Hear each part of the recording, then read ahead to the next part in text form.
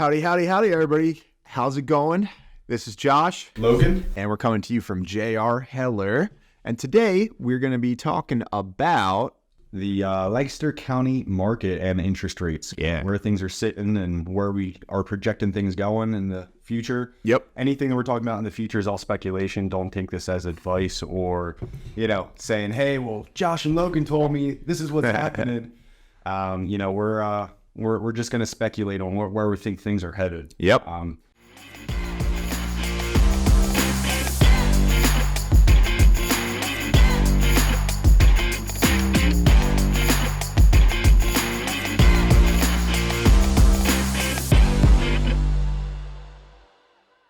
Wanted to talk about what is on the market and what is pending. Currently in Lancaster County, we have 456 properties active on the market, and we have another 50 coming soon. So properties are coming up, properties are on the market.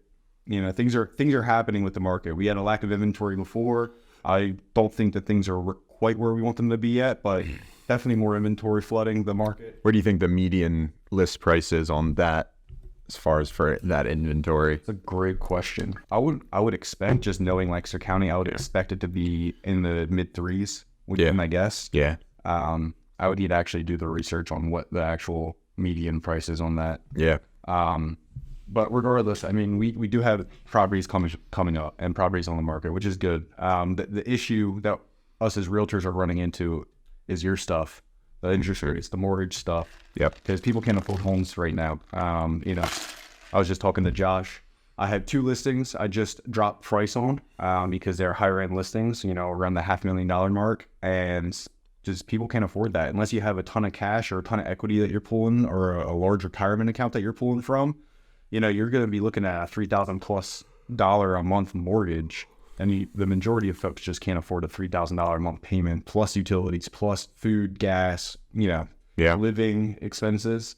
It's tough out there for a lot of sellers right now. They're used to the 24, 48-hour turnaround, and they're not getting it unless they are in that $250 to $325 price range, and you're priced appropriately. You can't. Sky's not the limit anymore. You used to be able to somewhat overprice these listings and get it sold still within a couple of days. It's just not the case right now. Well, and I think that there is a big market shift, not only from interest rates and everything, but we're also cooling down, right? We're coming off of that spring, summer market. Yep. And we're going into the fall, winter, where I think it's going to die down a little bit more, even for some of the lower price stuff, because, people now in this season, they're watching football, they're going to visit the family, they're doing the holiday, they're getting ready for Christmas, so there's going to be even fewer buyers in the market than there were. I always say, or caveat that with, usually the buyers that are in that market are very motivated buyers and they have to make a move, whether it's job location, relocation or whatnot. They're not just looky-loos anymore, right? Yep. Like the summer markets are. But yeah, pair that with, where interest rates are and where they're going. And, it definitely makes for a very tight market. Lack of inventory with not as many buyers. That's a recipe for sure. Yeah. So. Yeah. Ironically enough, up until recently, just this past, I believe it was June, November was my highest grossing month for myself. I've done a lot of business in the fall in the past. But again, we're talking when rates were lower. So everybody was out. Now, right. I mean, historically, September is the slowest month for real estate because everybody's back to school and everything. Yep. It's year over year. So that's regardless of interest rates. September is always the slowest. Yep. Which makes it tough when you have, like for me right now, I got some listings that I need to sell, and it's just not exactly selling because, everybody's back to school. Everybody's kind of settled in. Yeah, exactly. Settled in for the fall. So yeah, hopefully in the next 2-3 months, things turn around a little bit for the market and there's a little bit more aggression before the holidays, and then probably dial for the holiday months. Yep. And then February, March, kind of get back into the swing of things. Yep. And with election coming up next year, I hope and believe that rates will come down. It'll be interesting to see what happens. I think the election in general, obviously that's not until the end of the year then, but I think the election in general, like whoever gets elected is going to be a big determining factor on what happens with rates over the next 2 years, right? So it'll be interesting to see how that is going and what happens and, where the market goes. So, yeah, it will be interesting.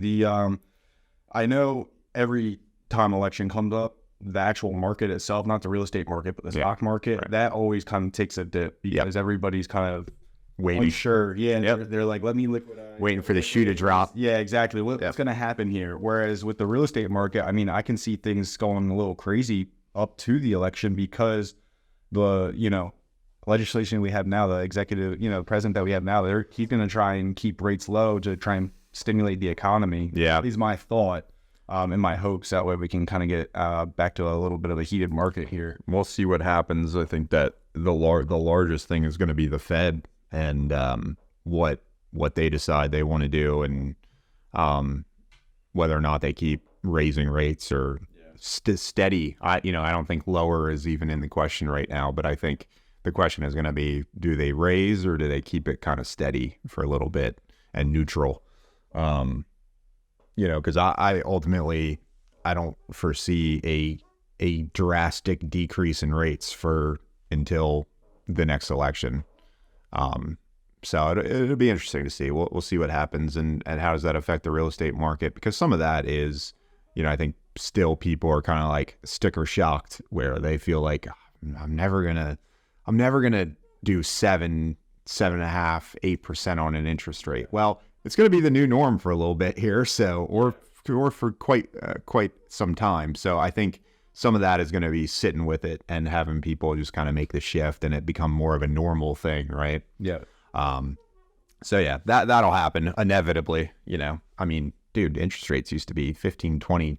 Yeah, it was great. It was nuts, man. The homes were also $20,000. They were $500. Yeah, but it's all relative because, I mean, and inflation has done this. Your dollar doesn't go as far as it used to, not anywhere close. And so, 20,000 back then is, 150,000 now. So it's pretty ridiculous. It's wild though, because, if you think about it, like 20, 30, 40 years from now, like $1 million houses are going to be like cheap. Like those will be the cheap houses. Yep. Yeah. Yeah, it's crazy that people don't see that and see that trajectory, and then they complain about spending $300 and something on a exactly. Yeah, it's all relative. How could you spend that much money on a townhouse? Well, hey, buddy, that townhouse is going to be a $700,000. Yeah, it's going to double, at some point. Absolutely. Real estate is always a good asset to own, and I think too what you were saying about with the stock market, and it historically dips during kind of election time. I think that there might be a play with some of those investors who want to put their funds into something that's more solid, and buy real estate with it. So, and you saw that with COVID. I mean, that happened tremendously with COVID. Like a lot of people took their money out of the stock market, sat on it for a little bit, and then decided to put it into something that they felt was more stable, whether it was like gold or real estate, Yeah. And by no means do I wish this, but I think this will help. If there's some foreclosures upon us and tax delinquent properties. I think that is inevitable. I mean, the amount of forbearance that happened during COVID, years ago with really no fallout from it. Yeah. I truly don't believe that went away. I think there's a huge storm of those brewing. And I think it's being propped up by a lot of BS right now. Yep. And I think it's coming, man. I really do. Yeah, which will really help us as investors. It'll create what most people consider unaffordable housing. Or for tenants and such. And that's exactly rental rates are so high. Well, and that's exactly why the Fed, keeps raising interest rates, is because they're trying to force the recession. That's what they're trying to do. They're trying to force a market depreciation so that, inflation goes down. Yeah. And something like, the bubble bursting on, a bunch of foreclosures that are looming because, back in the day, people couldn't afford the mortgage. Now they really can't afford the mortgage. Yep. And there was a bunch of forbearance going on that's, going to come due. Something like that will ultimately cause more of a market recession, which means the Fed will then go ahead and lower interest rates. So then you have a a market shift where you've got a lot more affordable properties because they're in foreclosure and they're going to the market, along with interest rates going down, and that's when you create the boom again, right? Yeah, but again, it depends on what happens with rental market then too, because all the investors who are buying those properties are hoping to get max dollar for their passive income. Well, I think it'll be more of a fix and flip thing than it would be like a rental thing, because interest rates will go down, so there will be more buyers in the market that are able to afford stuff, and so they have an opportunity to fix and flip them. The reverse side of that is rates go down, so DSCR loan programs and stuff, which means your monthly mortgage is a lot lower than it would be, which means you don't need as much rental income to support the number. So it's kind of all relative to what happens in the market, right? You can make money in any market in real estate, down cycle, up cycle, neutral. It's not like the stock market where you need volatility to be able to make money. Exactly. The real estate market is a solid, you can make money in different levels or levers of the market, irregardless of where it's at. And the sooner you buy, the more money you make. Always, dude. Yeah, you make money on the purchase, man. Always. So that's why I love real estate. I made money in appreciation on my principal, just by paying the mortgage every month and living there. You can make money doing flips. You can make money in rentals. You can make money by brokering it. You can make money by brokering the loan. You can make money by doing the title work. You could be an inspector. You could be an appraiser. There's just so many different facets to it. Yeah. It's pretty awesome. Getting your license, your certification or license to be an appraiser is insane. Yeah. I hear it's like long hours. I haven't looked into it. I haven't either. It's like 200 some hours or something like Jeez. that. I mean, it might be more than that actually, because for your broker's license is 240, and I want to say it might have been 2 years actually. You need to get like a That's wild, almost. Dude. It's insane. What about inspection? That I think is a little bit easier. Yeah. When you think about it, I mean, an appraiser, what they're doing, it's pretty. It's imperative for the banks to make sure that these people know what they're doing, because they're investing a lot of money into the asset. So it makes sense that you would have to go through quite a bit to be able to be an appraiser. They're leaning on it. 3,000 hours. Oof.